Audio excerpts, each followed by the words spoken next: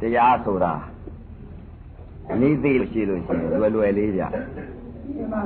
နေသိရင်လွယ်တယ်ဆိုလို့ဟိုဘုရားလက်ထက်ကဟိုတဲ့ညီတော်အာနန္ဒာလို့ပေါ့ဒီညီတော်အာနန္ဒာကဘုရားကပရိစ္ဆေသမုပ္ပါအနန္ခဲရင်းတယ်လို့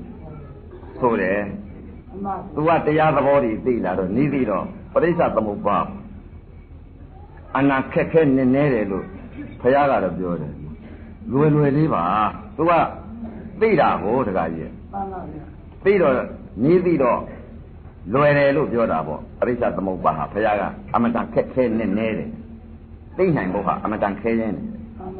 အဲ့တော့ဒါနဲ့ဘုရားရှင်ကိုတော်မြတ်ကြီးကညီတော်အာနန္ဒာသူပရိစ္ဆေသမုပ္ပါဆင်ញင်ပုံကိုဟာညီတော်အာနန္ဒာ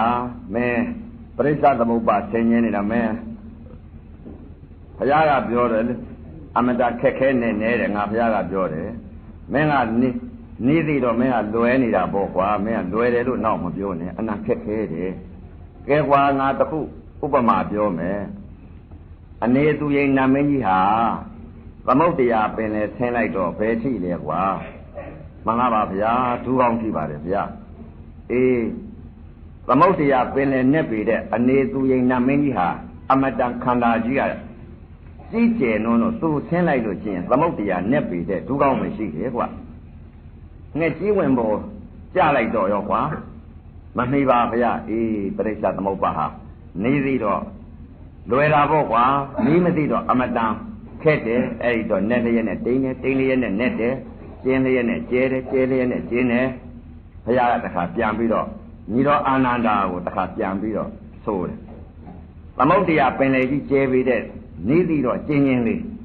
ကျဲပြီးနဲ့လျက်နဲ့တိန်းတယ်တိန်းလျက်နဲ့နဲ့တယ်တဲ့အဲ့ဒီတော့နေသေးတော့ပရိစ္ဆေသမုပ္ပါကျယ်ဝတ်မိတယ်တဲ့ပရိစ္ဆေသမုပ္ပါနေသေးတော့ဟောကျင်းချင်းလေးဗျနော်အဲ့တော့ပရိစ္ဆေသမုပ္ပါနေသေးတော့ကျင်းချင်းလေးပါအရှင်ဗျာဘယ်လိုကျင်းချင်းလေးပါလဲမေးကြအကြောင်းတရားရှိရဲ့အနောတလုံးလဲနေသေးတော့လွယ်တယ်ပရိစ္ဆေသမုပ္ပါဟာအခုတချို့လဲပရိစ္ဆေသမုပ္ပါတွေတခါတည်းကိုပရိစ္ဆေသမုပ္ပါဆိုတဲ့ဥစ္စာဟာသာတဲ့ကနေကြည့်ပြောတော့အဝိဇ္ဇာတဏှာဥပါဒံဘဝဇာတိဆိုတဲ့ဒါရှည်လျားနော်အဲ့တော့နေသိလာပြီဆိုလို့ရှိရင်ဒါတွေလိုက်နေတာအမတန်ကျေဝဲ့နေတခါကြီးနေသိလာပြီဆိုလို့ရှိရင်တကား6ပေါက်ကအာယုံ6ပါးဟာပရိစ္ဆေသမုပ္ပါတွေကလဲနေလိုက်တဲ့စိတ်တွေဖြစ်နေတဲ့ဥစ္စာအသင်းကလဲသည့်တရားမျိုးမဟုတ်ဘူးမျက်စိကလည်းလဲသည့်တရားမျိုးမဟုတ်ဘူးအသင်းကလည်းဓမ္မသဘောတဲ့မျက်စိကလည်းဓမ္မသဘောတဲ့အသံကလည်းဓမ္မသဘောတဲ့နားကလည်းဓမ္မသဘောတဲ့အနံ့ကလည်းဓမ္မသဘောတဲ့နှာခေါင်းကလည်းဓမ္မသဘောတဲ့ရတာကလည်းဓမ္မသဘောတဲ့လျှာကလည်းဓမ္မသဘောတဲ့ကိုယ်ကလည်းဓမ္မသဘောတဲ့အတွေ့ကလည်းဓမ္မသဘောတဲ့မနှောကလည်းဓမ္မသဘောတဲ့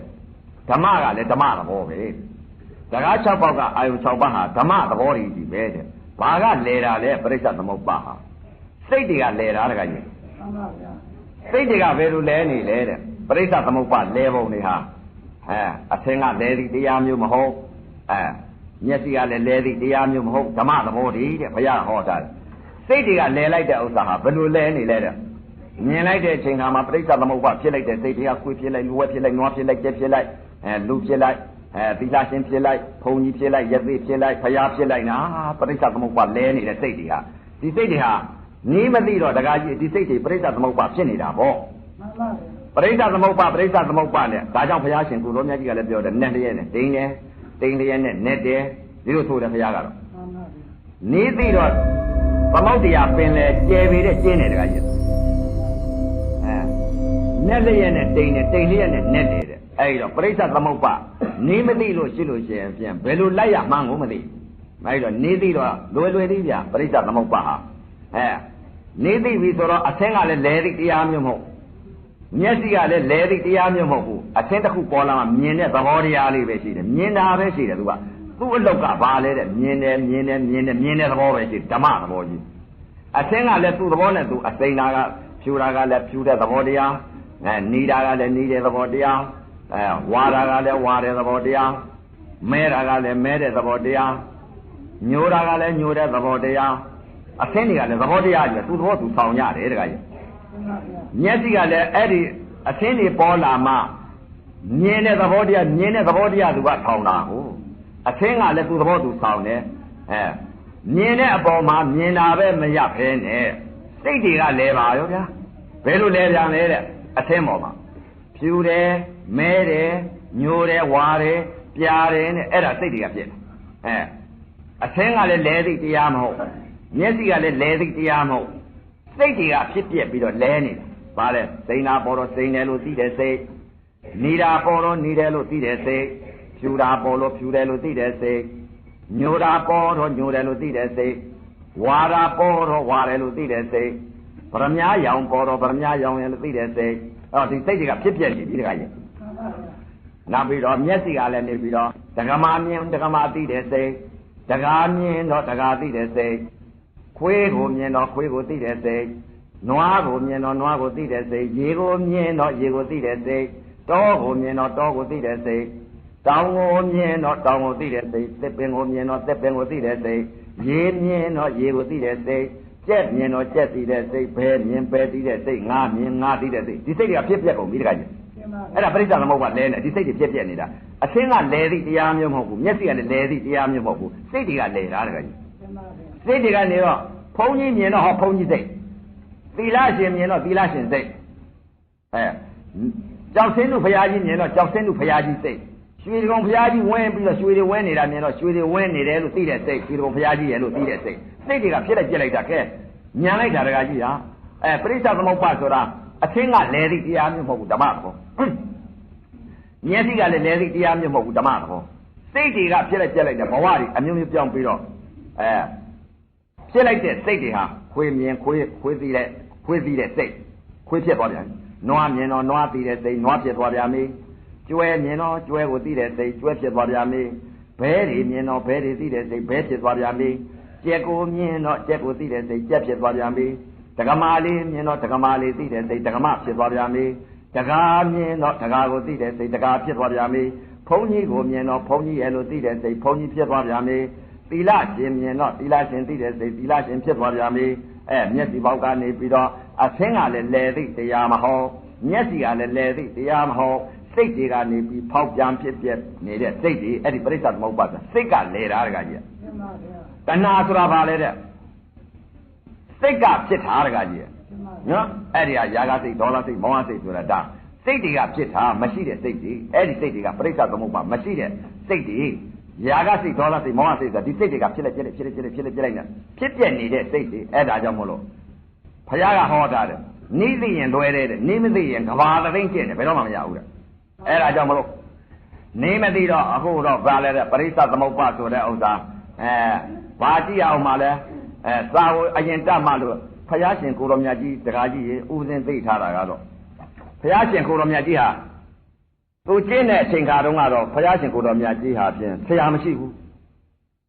ဆရာမရှိဒါကြောင့်လဲတဲ့စာလဲတတ်မယ်လို့တော့သူမထင်ပါဘူးဘာကြောင့်မထင်လဲတဲ့တို့ဘုရားဟာမွေးလာတဲ့ကွာတခါတည်းဘေဒင်တွေဘာတွေတွက်ထားတော့ဘုရားဧကန်စင်စစ်ဖြစ်မယ်လို့ဘေဒင်တွေကတွက်ထားဘေဒင်တွက်ထားတော့သူ့ဖခင်တော်ဟာဖြစ်သူ့သားဘုရားဖြစ်မှာဆိုလို့တခါတည်း9000တိုက်ခန်းမှာတခါတည်းကိုနမ3000လူမျိုးသားသားတွေနဲ့ဟာတခါတည်းကိုပျော်အောင်ထားတော့တယ်ပျော်အောင်ထားပြီးတော့တခါတည်းအဆောင်အကျတ်တွေနဲ့ထားဘယ်မှမသွားရအောင်စာသွားသင်နေတယ်လို့တော့မကြားပါဘူးအဲ့တော့ဒီဘုရားရှင်ကိုတော်မြတ်ကြီးဟာနမိတ်ကြီးတွေမြင်ပြီးမှသူတောထွက်ရတာကိုတခါကြီးမှန်ပါဗျာနမိတ်ကြီးတွေမြင်ဘယ်လိုနမိတ်ကြီးတွေမြင်လဲတဲ့အဲ့တော့သူ့အဖေကလည်းသုတော်ထနာမင်းကြီးကလည်းပဲသူ့သားဟာပဲတခါတည်းမောင်မချွေရန်နေနဲ့တခါတည်းကိုတင်းမင်းနေနဲ့တခါတည်းကိုအဆောင်အကျတ်တွေနဲ့ထားလိုက်တဲ့အချိန်ခါမှာအမတ်မောင်သားနဲ့ဥယျာဉ်တော်12ရက်ကိုသွားပြီးတော့3လတစ်ချိန်3လတစ်ချိန်1လတစ်ချိန်လောက်ကိုဥယျာဉ်တော်12ရက်ကိုသွားပြီးတော့လဲတာပေါ့လေပညာလို့ဆိုရင်ဒါနဲ့ဥယျာဉ်တော်12ရက်သွားတယ်ပြီးတော့အမတ်မောင်သားကိုအမတ်မောင်သားကြီးမြင်တဲ့ကာကျိုးတကာပလာတွေပြင်ကွာငါဥယျာဉ်တော်12ရက်ကိုလှဲ့အောင်မယ် အမမောင်စာပြောလိုက်တော့အမမောင်စာကလည်းပဲတခါမြင်းလဲကြီးကောက်ပြင်တာပေါ့လေဖို့တုန်းကတော့ကားတွေဘာတွေမရှိတော့အခုပုံကိုယ်တွေကသိတ်ကောင်းဘာကြောင့်လဲတဲ့ကားတွေစီးရဖယားလက်ထက်တုန်းကကားမရှိပါဘူးခမရဲ့ဘာရှိတယ်လဲလို့ဆိုမြင်းလဲတွေရှိအဲ့ဒီမြင်းလဲပဲစီးရတယ်ဟိုတည်းဖယားရှင်ကိုတော်မြတ်ကြီးတောင်းမှအလောင်းကြီးတောင်းဖယားအလောင်းတောင်းမှအဲ့တော့ဥယျာဉ်တော်12ရက်ထွက်သွားတဲ့အချိန်ခါကျတော့အချိန်ကလည်းကြာလာတဲ့အချိန်ခါကျတော့သူ့အချိန်နဲ့သူအဲ့တော့တရားယောဂီတွေလည်းသူ့အချိန်နဲ့သူကျွတ်တန်းဝင်ကြတယ်အချိန်နဲ့အခါနဲ့ကိုအဲ့တော့ဘုရားရှင်ကိုတော်မြတ်ကြီးလည်းအချိန်ခါရှိပါသေးတယ်အချိန်ခါရှိတဲ့အချိန်ခါကျတော့ဥယျာဉ်တော်12ရက်ကိုအမတ်မောင်ဆံကိုကဲကွာငါတို့ဥယျာဉ်တော်12ရက်ကိုထွက်ပြီးတော့လဲရအောင်ဆိုပြီးတော့အမတ်မောင်ဆံကိုမြင်းလဲအပြင်ခိုင်းတော့အမတ်မောင်ဆံကမြင်းလဲပြင်တော့အဲ့ဒီတော့တရားတွေနတ်တွေပြမာတွေကဘုရားလောင်းဟာဖြင့်ဥယျာဉ်တော်12ရက်ထွက်အချိန်တော်လာပြီအချိန်တော်လာလို့ငါတို့တော့သူနာသူသေးကိုပြနေမှပဲနမိတ်တွေပြနေမှပဲဆိုပြီးတော့နတ်တွေကနေပြီးတော့သူနာရောင်ဆောင်ပြီးတော့ပြဒါနဲ့ပဲဘုရားလောင်းဟာဖြင့်အမတ်မောင်စာနဲ့တခါတည်းထွက်လာတဲ့အချိန်ကမြင်းလဲကြီးနဲ့မောင်ပြီးထွက်လာတဲ့အချိန်ကဥယျာဉ်တော်12ရက်ရောက်တဲ့အချိန်ခါကျတော့လူအိုကြီးကိုအနက်ကဖန်ဆင်းထားတာကိုနတ်ကဖန်ဆင်းထားတော့လူအိုကြီးသွားတွေ့လူအိုဆိုတာဟိုတုန်းကမမြင်ဘူးပဲကိုအိုလိုက်တာကြီးကလည်းအာကြီးအိုနေတာအိုတာမြင်တော့တောင်မွေးကြီးနဲ့ထားပြီးတော့တောက်နဲ့လူအိုကြီးပေါ့လေဖန်ဆင်းထားတော့အယိုးပြိုင်နဲ့လူအိုကြီးပြေးပြီးတော့နေလူအိုကြီးမြိုင်တော့ဘုရားလောင်းဒိဋ္ဌတမင်းသားကနေပြီးတော့အမမောင်ဆိုင်ဟိုဟာပါဘယ်လိုဟာကြီးတုံးကွာဒီလိုမေးလိုက်တော့မှန်လားပါဗျာလူအိုကြီးပါဗျာဒီလိုပြောရင်လူအိုကြီးပါပြောတော့ဒါလူအိုလားငါလည်းပဲဒီလိုအိုရအောင်မှာလားမှန်လားပါဗျာဒီလိုပဲအိုရပါလေအောင်မယ်ဗျာဆိုတော့အဲ့ဒီအိုရမှာကိုတခါတည်းမြင်ရတဲ့ဥစ္စာကိုဒီရုပ်ကြီးမြင်ပြီးကြောက်ငါလည်းပဲဒီလိုအိုရအောင်မှာပဲဒီဟာကြီးငါလည်းဒီလိုဖြစ်ရအောင်မှာပဲဆိုပြီးတော့တန်ဝေးကဖြစ်သွားတယ်အိုရအောင်မှာပဲလို့ကြောက်ပြီးလန့်သွားတော့အမမောင်သားကဲမြန်မင်းမြင်လဲပြစ်မောင်းတော့ဆိုပြီးတော့အဲ့ဒီမှာတန်ဝေကဖြစ်တယ်ကြောက်သွားတဲ့တခါမှနောက်3လလောက်ကြာတော့တခါအမမောင်သားရင်တတိလက်မေ့သွားတဲ့အခါကျတော့3လလောက်ကြာတဲ့အချိန်ခါကျတော့အမမောင်သားရင်ဥယျာဉ်တော်12ရက်ထွက်ရအောင်ဟေ့အမမောင်သားကမြင်လဲကြီးပြင်ရတာပေါ့လေမြင်လဲကြီးပြင်ပြီးတော့တခါတည်းဒိဋ္ဌတမင်းသားမြင်လဲပေါ်တက်ပြီးတော့တခါဥယျာဉ်တော်12ရက်ကိုမောင်းတဲ့အချိန်ခါကျတော့တလောနောက်တုန်းကတွေ့တဲ့လူအိုကြီးကလူနာကြီးဖြစ်စင့်တော့လူလှိမ့်ပြီးနားနေတာဗလေအော်ဟဲ့ပြီးနေတာပေါ့အော်ဟဲ့နေတာမြင်တော့အမမောင်စာဟိုဟာကြီးကဘယ်လိုဟာကြီးတော့ကွာဒီလိုမေးတော့မှန်လားပါဗျာအရင်တစ်ပတ်တုန်းကလာတုန်းကဟာဖြင့်လူအိုကြီးတွေ့ပါတယ်ဗျာလူအိုကြီးကနေပြီးအခုအဲ့ဒီလူအိုကြီးဟာအခုနားနေပါပြီဗျာအော်ဟဲ့ပြီးတော့နားနေပါပြီဗျာအိုပြီးတော့ဒီလိုပဲနာရအောင်ပါလားအော်ဟဲ့နေရအောင်ပါလားဝေဒနာတွေခံစားနေရအောင်ပါလားမှန်လားပါဗျာဝေဒနာတွေခံစားနေရပါအောင်ပါပဲဗျာအိုပြီးတော့နာရပါလိမ့်မယ်ဗျာဆိုအဲ့ဒီတခါတည်းအိုခြင်းငါလည်းပဲဒီလိုနာရအောင်မယ်မဟုတ်လားအမမောင်သားမှန်လားပါဗျာအရှင်ဗျာအိုပြီးနာရပါလိမ့်ဦးမယ်ဗျာဆိုတော့တခါတည်းကိုသိမကောင်းဘူးတခါတည်းကိုနာရမယ်ဆိုတော့တန်ဝေကတွေဖြစ်ပြီးကြောက်ဒီဟာကြီးဖြစ်ရမှာကိုခုခန္ဓာကိုယ်ကြီးကိုကြောက်ဒီလိုအိုရမယ်ဥစ္စာကြီးဘေးကြီးကိုကြောက်အဲ့ဒီလိုကြောက်သွားတော့ကဲအမမောင်သားမြန်တန်းတွင်းကိုမောင်းဆိုတော့တခါမြင်းလေးကြီးတခါမောင်းပြန်တာပေါ့လေမြင်းလေးကြီးမောင်းတော့3လလောက်နေကြတော့တခါပြန်တပတ်ဆက်လာတပတ်ဆက်ပြန်တော့အမမောင်သားကြီးဥယျာဉ်တော်12ရက်ထွက်ရအောင်ဆိုတော့အမမောင်သားကမြင်းလေးကြီးပြင်ပြီးတော့တခါဒိဋ္ဌတမင်းသားဟာတခါတည်းတက်စီးပြီးတော့မြင်းလေးကြီးနဲ့ဥယျာဉ်တော်12ရက်ထွက်ရပြန်ထွက်လာတဲ့အချိန်ခါကျတော့တတော်လေးကအိုတာကနာတယ်နာတာကနေပြီးအခုသေးပြီးတော့ပုတ်ပွားပြီးတော့အဲ့ဒီလိုနေတော့အမမောင်သားရှေ့ကတော့ရှေ့ကတုံးလုံးကြီးလဲပြီးတော့ဘယ်လိုဟာကြီးလဲကွာအမမောင်သားရဲ့အမမောင်သားကအဲ့တော့ဘယ်လိုပြောလဲမှန်လားပါဗျာတတော်လေးကတလောအပတ်တုန်းကလာတုန်းကလူအိုကြီးပါဗျာလူအိုကြီးကနေပြီးတော့လူနာကြီးဖြစ်ပါတယ်ဗျာလူနာကြီးကနေပြီးလူသေးပါပြီဗျာဩ ငါလည်းပဲဒီလိုပဲသိရအောင်မလားအမမောင်ဆိုင်ရဲ့မှန်လားပါဗျာအိုးပြီးရင်နားရမယ်နားပြီးရင်သိရမှာပါဗျာအဲ့ဒီလိုအိုးပြီးနားရမယ်သိရမယ်ဒါတွေကြည့်တော့ရှေ့ကြတော့ဘာသွားတွေ့လဲဆိုတော့နတ်တွေကဖန်ဆင်းထားတာကိုယဟန်ကိုသွားတွေ့ယဟန်ကိုသွားတွေ့အဝါနာကြတော့ယဟန်တွေ့ရတဲ့အချိန်ခါကျတော့အမမောင်သာဟိုရှိကဥစ္စာဘာတော့ကွာဟိုမှာမှန်လားပါဗျာခုနတုန်းကအိုခြင်းတရားနာခြင်းတရားပေခြင်းတရားကင်းလွတ်အောင်ကျင့်ညာအထုတ်နေတဲ့ယဟန်ပါဗျာဒီလိုပြောလိုက်တော့ငါလည်းပဲသူ့လိုလှုပ်လို့ရှိရင်အိုခြင်းနာခြင်းသေခြင်းလွတ်မဲ့မဟုတ်လားအမမောင်သားမှန်လားပါဗျာသူ့လိုအခုဒီယဟန်ဟာဖြင့်အိုခြင်းနာခြင်းသေခြင်းကင်းအောင်ကျင့်ညာအထုတ်နေတဲ့ယဟန်ကြီးပါဗျာဆိုတော့တဲတာနဲ့တန်ဝေကဖြစ်ပြီးတော့တခါတည်းကိုနန်းတွင်ပြန်လာတဲ့အချိန်ခါညကြတော့အမမောင်သားကိုတိုးတိုးတိတ်တိတ်ကိုမင်းဘယ်သူမှမပြောနဲ့ကာကျိုးသစပလာအကုန်ဆင်ထားညကြရင်တန်းကောင်ကျော်နာတို့ထွက်မယ်ဆိုပြီးအဲ့ဒီလိုတောထွက်လာတဲ့အချိန်ခါကျတော့အမမောင်သားရေငါကွာတောတဲ့ကြမှာပရိစ္ဆသမုပ္ပါစာအုပ်ကြီးငါရှိအောင်မယ်ဆိုပြီးတော့ဒီလိုလဲမှားတာမကြားခဲ့ဘူး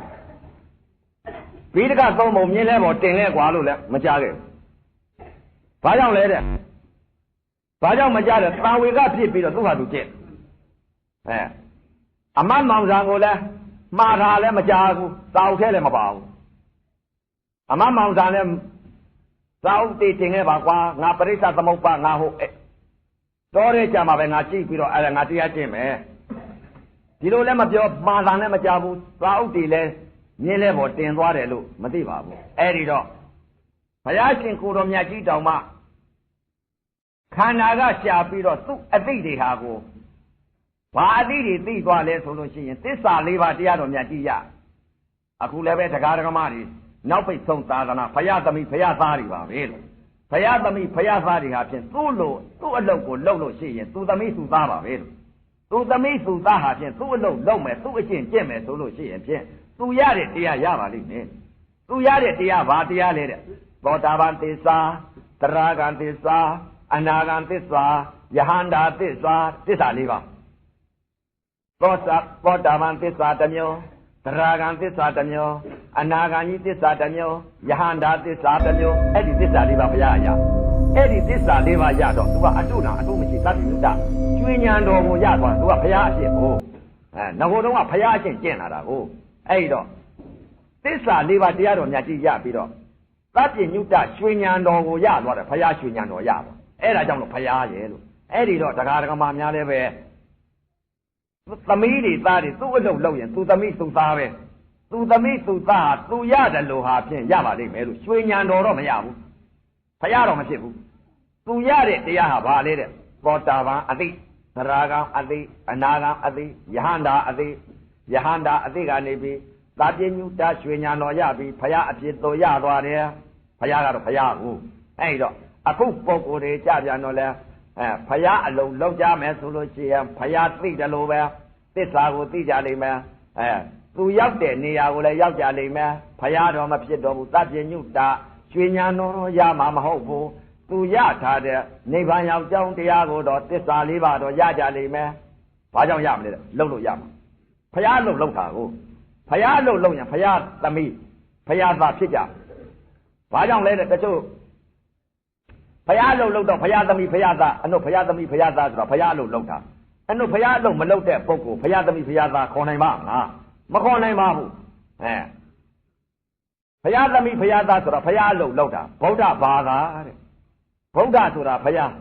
ဘာသာဆိုတာဘုရားဤအယူဝါဒအလေးအကျင့်ဘုရားဤအယူဝါဒကဘယ်လိုဟာတော့သမထဝိပဿနာတရားကျင့်ညာအထုတ်တာဘုရားဤအယူဝါဒပဲသမထဝိပဿနာတရားမှမကျင့်မကြံမအထုတ်တဲ့ပုဂ္ဂိုလ်မှန်သမျှကတော့ဘုရားသားလားဘုရားသမီးလားမဟုတ်ပါဘူးအဲ့တော့တရားဓမ္မများအခုဟာဖြင့်ရက်ထူးရက်မြတ်ကလေးတွေကိုသင်ညာအချိန်ခါကြီးကတို့တော့ဟိသင်ကူသွားပြီးတော့တို့တော့တရားကျင့်မှပဲတို့တော့ဘုရားအလုပ်ကိုလုံးမှပဲသမထဝိပဿနာတရားကျင့်မှပဲဆိုပြီးတော့အခုလာကြတယ်ဟောကျင့်တာပဲ အဲ့ဒီတော့ပရိစ္ဆသမုပ္ပါဆိုတဲ့ဥစ္စာနီးသိရင်လွယ်ပါတယ်နီးမသိလို့ရှိရင်ကဘာသသိကျင့်မရဘူးအဲ့ဒီတော့တရားဓမ္မများတဲ့ဒီထဲမှာစာတတ်တဲ့ဓမ္မကြီးတွေလည်းပါခြင်းပါလိမ့်မယ်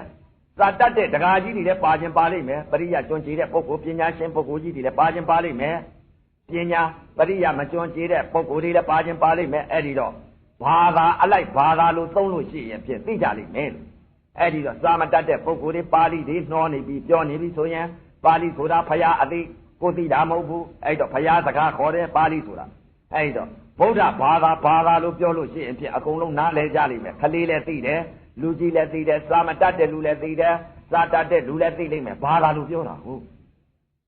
ပါဠိတွေလို့ပြောလို့ရှိရင်တော့ဘာသိမလဲဓမ္မကြီးတို့ပထဝီအာဘောတေဇောဝါယောလို့ဆိုတာဒါပါဠိလို့ပြောတာဖရာလိပထဝီတေဇောအာဘောဆိုပထဝီတေဇောအာဘောဆိုတော့ဒါဖရာလို့ပြောတာဘာသာလို့ပြောလိုက်တော့ဓမ္မကြီးတို့ခန္ဓာမှာတင်းလိမ့်မယ်တောင်းလိမ့်မယ်ထုံလိမ့်မယ်ကျင်လိမ့်မယ်အောင့်လိမ့်မယ်ကြိုက်လိမ့်မယ်ပူလိမ့်မယ်လှုပ်လိမ့်မယ်ရွာလိမ့်မယ်ရားလိမ့်မယ်ဆိုရင်ဒါသိရောပထဝီလို့ပြောလို့ရှင်သိမှာမဟုတ်အာဘောဆိုရင်သိမှာမဟုတ်တေဇောဆိုရင်သိမှာမဟုတ်စာမတတ်တဲ့ပုဂ္ဂိုလ်စာတတ်တဲ့ပုဂ္ဂိုလ်ကတော့စာအုပ်ကြီးတွေကြည့်ပြီးတော့တင်ထားလို့ခက်မှာပထဝီနုညပထဝီမာပထဝီလေးပထဝီဒါတော့သိလိမ့်ဖွဲ့စည်းအာဘောယူစည်းအာဘောပူအေးတေဇောထောက်ခံဝါရောလှုပ်ရှားဝါရောဒီလိုသိလိမ့်စာမတတ်တဲ့တရားဓမ္မကြီးတွေဟာဖြင့်ဘယ်သိမလဲဘာသာလို့ပြောလို့ရှိရင်ဖြင့်သိကြလိမ့်မယ်အဲ့ဒီတော့ပုဂ္ဂိုလ်မရွေးဘာသာမရွေးဟာဖြင့်စိတ်တည်ပြောလို့ရှိရင်အကုန်သိကြလိမ့်ဘာကြောင့်လဲတဲ့တလုတ်တွေလည်းစိတ်ရှိတာပဲယုံနဲ့နာမယ်ကလားတွေလည်းယုံနဲ့နာမယ်တလုတ်တွေလည်းယုံနဲ့နာမယ်အင်္ဂလိပ်တွေလည်းယုံနဲ့နာမယ်အမေရိကန်တွေလည်းယုံနဲ့နာမယ်အိန္ဒိယသားတွေလည်းယုံနဲ့နာမယ်ယူရီးယားလည်းယုံနဲ့နာမယ်ကချင်တွေလည်းယုံနဲ့နာမယ်စိတ်ကလေးတွေစိတ်အကြောင်းလေးတွေပြောလိုက်လို့ရှိရင်ဖြင့်အကုန်ဘာသာမရွေးအကုန်သိဘာကြောင့်လဲစိတ်ကလေးတွေဖြစ်ပုံတွေကိုအကုန်ပြောလိုက်လို့ရှိရင်အခုတရားဓမ္မမြတ်ပရိစ္ဆသမုပ္ပါကိုစိတ်ကလေးတွေဖြစ်ပုံတွေကိုဒါပြောသွားတော့ဟောဘာသာလို့ပြောလိုက်တော့သိရောဗျာအဲ့တော့ပုဂ္ဂိုလ်မရွေးဘာသာမရွေးဟာဖြင့်စိတ်အကြောင်းကိုပြောလိုက်ရင်အကြောင်းအကျိုးကိုပြောလိုက်လို့ရှိရင်အကုန်သိဟောဒီစိတ်ကြောင့်ဒီလိုဖြစ်တယ်ဒီစိတ်ကြောင့်ဒီလိုဖြစ်တယ်ဒီစိတ်ကြောင့်ဒီလိုဖြစ်တယ်စိတ်အကြောင်းကိုပြောလိုက်ပြီဆိုလို့ရှိရင်အကုန်လုံးသိကြတယ်ဘာကြောင့်လဲတဲ့အဲ့တော့ဘာသာလို့ပြောတာကိုဒီစိတ်ဟာမရှိဘူးလားတဲ့ရှိတာပေါ့ပုဂ္ဂိုလ်တိုင်းစိတ်နဲ့ယုံနဲ့ပဲဒါပဲရှိတယ်အဲ့တော့ပါဠိဘာသာလို့တော့နာယုတ်တယ်နာဆိုတာဘာလဲစိတ်ယုတ်ဆိုတာကဘာလဲဖောက်ပြန်နေတဲ့သဘောတဲ့အဲ့တော့ဖောက်ပြန်တဲ့သဘောရဲ့သိတဲ့သဘောရဲ့ဒီဟာဒီနဲ့အသိတွေကိုပြောလိုက်မယ်ဆိုရင်အကုန်လုံးစာမတတ်တဲ့ပုဂ္ဂိုလ်တွေရောတရားဓမ္မတွေအကုန်သိကြမယ်အဲ့တော့ပရိစ္ဆသမုပ္ပါတရားဟာနိသိရင်တော့လွယ်တယ်နေမသိလို့ရှိရင်ကဘာသသိချင်းဘယ်တော့မှမရဘူးအနုအဝိဇ္ဇာတဏှာဥပါဒံဘဝဇာတိတဲ့အဝိဇ္ဇာဆိုတာဘယ်ဟာလဲယုံနာမသိလို့တဲ့ဟောအဝိဇ္ဇာဝေဒနာအဝိဇ္ဇာတဏှာဥပါဒံဘဝဇာတိတဲ့မျက်စိကလည်းအဝိဇ္ဇာတဏှာဥပါဒံဘဝဇာတိနားပေါက်ကလည်းအဝိဇ္ဇာတဏှာဥပါဒံဘဝဇာတိနှာခေါင်းပေါက်ကလည်းအဝိဇ္ဇာတဏှာဥပါဒံဘဝဇာတိလျှာပေါက်ကလည်းအဝိဇ္ဇာတဏှာဥပါဒံဘဝဇာတိကိုယ်ဘောက်ကလည်းအဝိဇ္ဇာတဏှာဥပါဒံဘဝဇာတိမနောကလည်းအဝိဇ္ဇာတဏှာဥပါဒံဘဝဇာတိဒါတွေဖြစ်ပြနေတာအဝိဇ္ဇာဝိဇ္ဇာညာမှမရလိုက်လို့ရှိရင်အဝိဇ္ဇာဖြစ်နေပြီဆိုရင်ပရိစ္ဆသမုပ္ပါလဲစိတ်တွေမှမသိပဲကိုအဲ့ဒီတော့ဒီစိတ်တွေသိဖို့အရေးကြီးပါတယ်လို့အဲ့ဒီတော့ပရိစ္ဆသမုပ္ပါဆိုတဲ့စိတ်တွေကိုအခုတရားဓမ္မများပြောနေတာဘာသာလို့ပြောတာဟောပရိစ္ဆသမုပ္ပါလဲတဲ့စိတ်တွေဖြစ်လိုက်ခုနပြောလိုက်တယ်တကား6ပေါက်ကအာယုံ6ပါးပရိစ္ဆသမုပ္ပါတွေလဲနေတဲ့တရားတွေဟာဘာတရားလဲပရိစ္ဆသမုပ္ပါဆိုတာစိတ်တွေဖြစ်တာပြောတာစိတ်တွေကဘယ်လိုဖြစ်လဲခွေးမြင်ခွေးသိတဲ့စိတ်နွားမြင်နွားသိတဲ့စိတ်ရေမြင်ရေသိတဲ့စိတ်တောမြင်တောသိတဲ့စိတ်ဒါတွေကဖြစ်လိုက်ဖြစ်ပြနေတဲ့စိတ်တွေမျက်စိကဖြစ်သေးလားတော့နားကလည်းဖြစ်တယ်ဘယ်လိုဖြစ်လဲခွေးတန်ကြာခွေးတန်သိဝက်တန်ကြာဝက်တန်သိနွားတန်ကြာနွားတန်သိဘဲတန်ကြာဘဲတန်သိကြက်တန်ကြာကြက်တန်သိလေဒီဥတန်ကြာလေဒီဥတန်သိဒကမအတန်ကြာဒကမအတန်သိဒကာအတန်ကြာဒကာအတန်သိဘုံကြီးတန်ကြာတော့ဘုံကြီးတန်ရင်လို့သိလောင်စပိတာတန်ကြာတော့လောင်စပိတာတန်ရင်လို့သိအဲ့ဒါပါလေစိတ်ကြီးဖြစ်ပြက်ကိုအတန်ကဖြစ်ပြက်တာမဟုတ်ဘူးအတန်ကလဲနေတာမဟုတ်ဓမ္မသဘောကြီးသူ့သဘောနဲ့သူဖြစ်နားကလည်းအတန်တစ်ခုပေါ်မှာကြားတဲ့သဘာဝတိုက်ကြီးသဘာဝသဘောကြီးဟောသူ့သဘောသူဖြစ်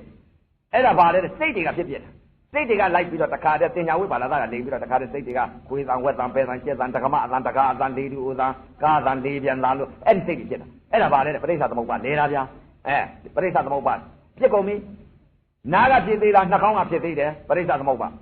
မွေတယ်သင်းတယ်နားတယ်မွေတယ်သင်းတယ်ကြိုင်တယ်ပုတ်စောနာနဲ့ချင်းစောနာနဲ့သောပရိစ္ဆသမုပ္ပါလဲပြန်ပြီငါစိတ်တွေဒီစိတ်တွေဟာနှာခေါင်းပေါက်ကလည်းနေပြီးတော့ဒီစိတ်တွေဖြစ်လိုက်တဲ့ဥစ္စာခဏပြ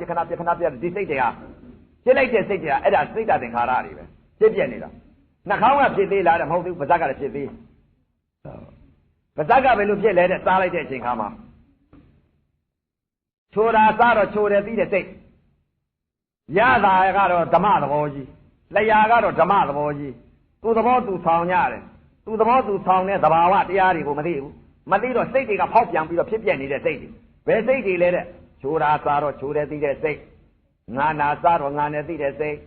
်ချင်းနာစားတော့ချင်းနဲ့သိတဲ့စိတ်ခါတာစားတော့ခါတယ်သိတဲ့စိတ်သတ်တာစားတော့သတ်တယ်လို့သိတဲ့စိတ်ထိတ်နာလေးစားတော့ထိတ်တယ်လို့သိတဲ့စိတ်အဲ့ဒါစိတ်တွေကဖောက်ပြန်နေအဲ့ဒါပရိစ္ဆသမုပ္ပါလဲပြီအဲ့ဒါဘဝတွေအမျိုးမျိုးပြောင်းပြီးတော့ဖြစ်ပြနေတဲ့ယုံနာတွေဖြစ်ကုန်ပြီဒီစိတ်ကဖြစ်ပြနေတဲ့ပရိစ္ဆသမုပ္ပါဖြစ်ပြတာစိတ်ကဖြစ်ပြတာရတာကဖြစ်ပြတဲ့ဘာမဟုတ်ဘူးဓမ္မသဘောသူသဘောသူဆောင်းနေတယ်လျာကလည်းသူသဘောသူဆောင်းနေတယ်စိတ်တွေကနေပြီးပြောင်းလဲပြီးဖြစ်ပြပြီးဘဝတွေအမျိုးမျိုးပြောင်းပြီးတော့စိတ်တသင်္ခါရဖြစ်ပြနေတဲ့ယုံနာတွေအကုန်လုံးဖြစ်ပြတာပဲအဲ့ဒါဘာလဲစိတ်တွေကဖြစ်ပြတာလျာကဖြစ်ပြသေးသလားတဲ့မဟုတ်သေးဘူးကိုယ်ဘောက်ကလည်းဖြစ်ပြသေးဘယ်လိုကိုယ်ဘောက်ကဖြစ်ပြတယ်တဲ့ဒါကြီးလေးပါဖောက်ပြန်လာတဲ့အချိန်ခါကြပြီဆိုလို့ရှိရင်စိတ်တွေအမျိုးမျိုးပြောင်းလဲပြီးတော့ဖြစ်ပြပြီးတော့ဖောက်ပြန်နေတဲ့သဘောတရားစိတ်တသင်္ခါရတွေဖြစ်နေတာမသိဘူးဘယ်လိုသိသလဲတဲ့တင်တာပေါ်တော့တင်တယ်လို့သိတဲ့စိတ်တောင်းတာပေါ်တော့တောင်းတယ်လို့သိတဲ့စိတ်စိတ်တွေပြောင်းသွားတာခုနတောင်းတယ်လို့သိတဲ့စိတ်ကတစ်စိတ်တင်းတယ်လို့သိတဲ့စိတ်ကတစ်စိတ်ထုံတယ်လို့သိတဲ့စိတ်ကတစ်စိတ်ကျင်းတယ်လို့သိတဲ့စိတ်ကတစ်စိတ်အောင့်တယ်လို့သိတဲ့စိတ်ကတစ်စိတ်ကြိုက်တယ်လို့သိတဲ့စိတ်ကတစ်စိတ်ကြက်တယ်လို့သိတဲ့စိတ်ကတစ်စိတ်ချွေးတွေကြလာတယ်လို့သိတဲ့စိတ်ကတစ်စိတ်ဆို့တက်လာတယ်လို့သိတဲ့စိတ်ကတစ်စိတ်ပူတယ်လို့သိတဲ့စိတ်ကတစ်စိတ်အေးတယ်လို့သိတဲ့စိတ်ကတစ်စိတ်တွန်းတယ်လို့သိတဲ့စိတ်ကတစ်စိတ်ကန်တယ်လို့သိတဲ့စိတ်ကတစ်စိတ်လှုပ်တယ်လို့သိတဲ့စိတ်ကတစ်စိတ်ဆင်းရဲတယ်လို့သိတဲ့စိတ်ကတစ်စိတ်ချမ်းသာတယ်လို့သိတဲ့စိတ်ကတစ်စိတ်အဲ့ဒါစိတ်ကသင်္ခါရတွေအဲ့ဒါပရိစ္ဆသမုပ္ပါစိတ်တွေကဖြစ်ပြတော့ဝေဒနာကဖြစ်ဓမ္မသဘောကြီးဝေဒနာကလည်းဓမ္မသဘောကြီးသူ့သဘောသူဆောင်းနေဓာတ်ကြီးလေးပါကလည်းသူ့သဘောသူဆောင်းတယ်ဓမ္မသဘောစိတ်တွေကဖြစ်ပြနေတဲ့စိတ်အဲ့ဒီစိတ်တွေချုပ်ဖို့အရေးကြီးတယ်စိတ်ဓာတ်သင်္ခါရချုပ်သွားဖို့နိဗ္ဗာန်ဆိုတာဘယ်ဟာချုပ်တာစိတ်ဓာတ်သင်္ခါရချုပ်အဲ့ဒီစိတ်တွေချုပ်သွားမှာဒါမှနိဗ္ဗာန်ရကြဒီစိတ်တွေမှမချုပ်လို့ရှိရင်နိဗ္ဗာန်ဘယ်တော့မှမရဘူးဘာကြောင့်လဲတဲ့စိတ်ဓာတ်သင်္ခါရတွေပရိစ္ဆသမုပ္ပါလဲတယ်ဆိုတာအဲ့ဒါဝေဒနာကလဲသည်တရားမဟုတ်စိတ်ကလဲတာစိတ်ဓာတ်သင်္ခါရတွေဖြစ်ပြီးတော့တခါတည်းတင်ညာဝိပါဒသကဝေဒနာပေါ်မှာတင်ညာတွေကြီးပေးနေတယ်အဲ့ဒီစေတသိက်တွေတခါတည်းဖြစ်ပြနေတာ